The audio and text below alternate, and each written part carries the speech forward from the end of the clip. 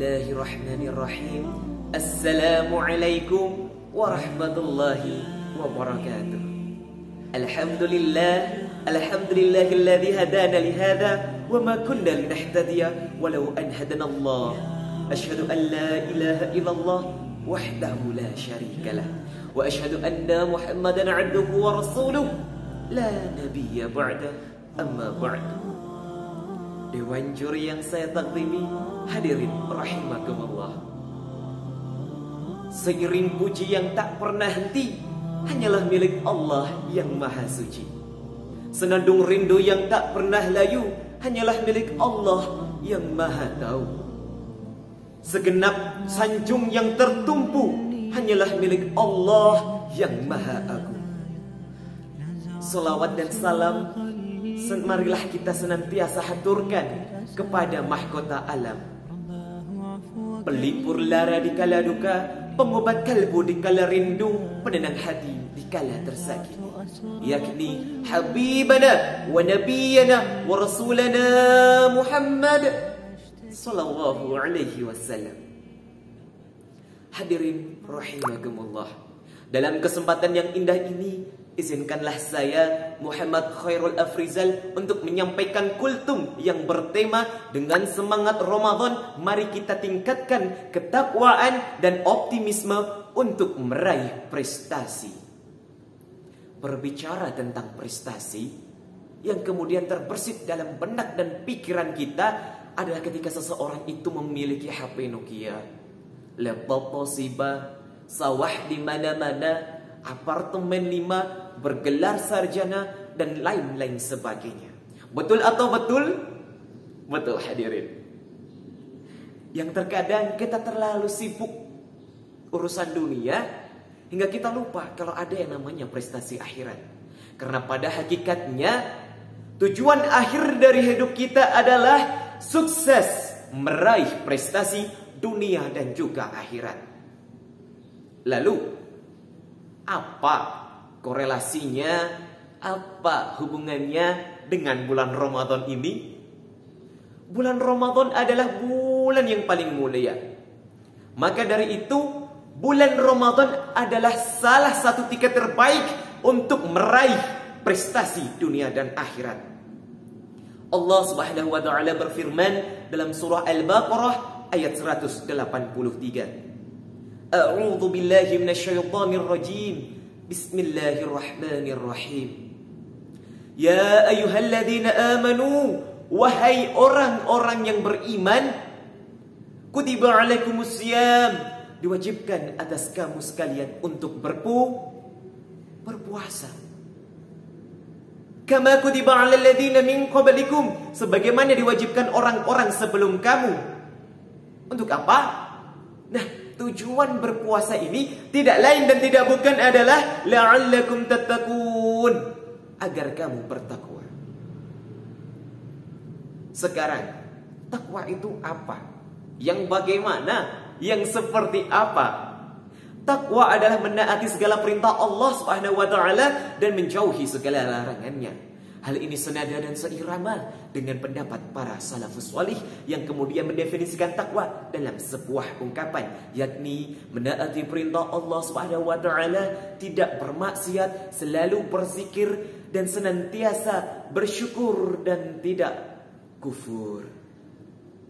Hadirin rahimakumullah. Innallaha akramakum indallahi atqakum. Sesungguhnya orang yang paling mulia di antara kalian di sisi Allah adalah orang yang paling bertakwa.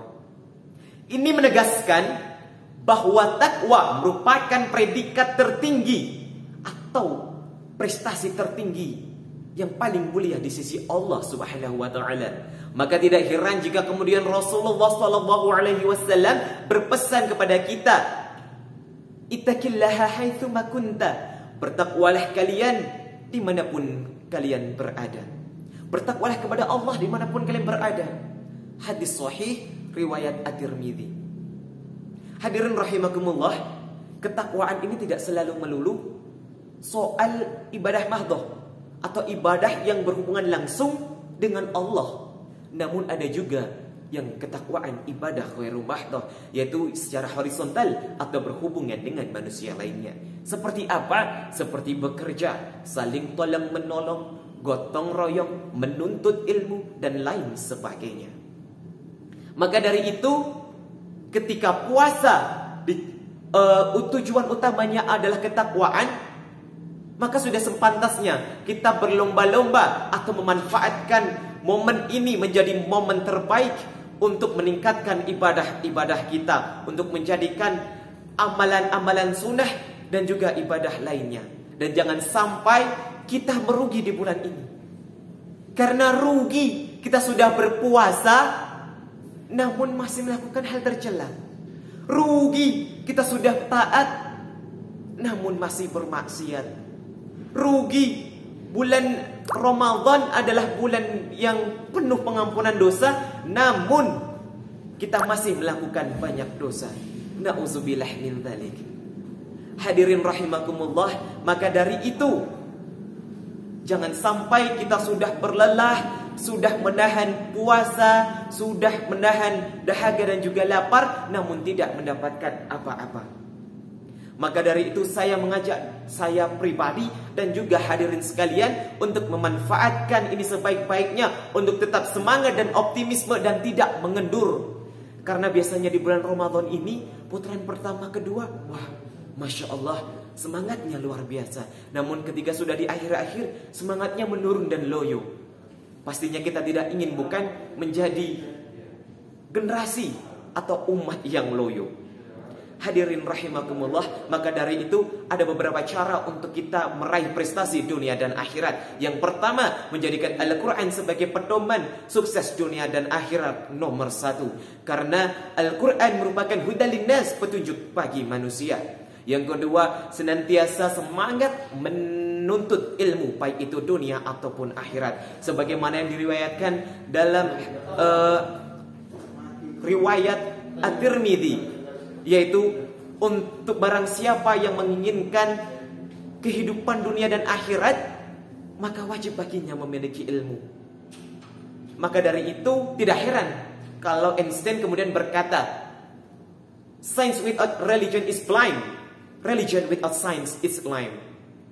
Ilmu yang tidak didasari oleh agama adalah buta, dan agama yang tidak didasari oleh ilmu adalah pincang. Dan yang ketiga, untuk tidak berputus asa dan terus mengharapkan ridha Allah Subhanahu wa taala. Karena orang-orang yang berputus asa dari rahmat Allah hanyalah orang-orang kafir. Dan yang terakhir, untuk senantiasa berkumpul dan dikelilingi oleh orang-orang yang soleh. Karena insya Allah ketika kita dikelilingi oleh orang-orang yang soleh, kita akan ikut soleh. Dan insya Allah akan saling mengingatkan, saling menguatkan untuk senantiasa mendekatkan diri kepada Allah Subhanahu wa ta'ala. Maka dari itu, hadirin rahimakumullah, marilah kita berikhtiar, bersungguh-sungguh untuk memanfaatkan momentum Ramadan ini. Seakan-akan ini adalah Ramadan terakhir bagi kita. Dan apabila memang ini adalah Ramadan terakhir bagi kita, maka pastikan hadirin bahwa ini adalah Ramadan terbaik selama kita hidup.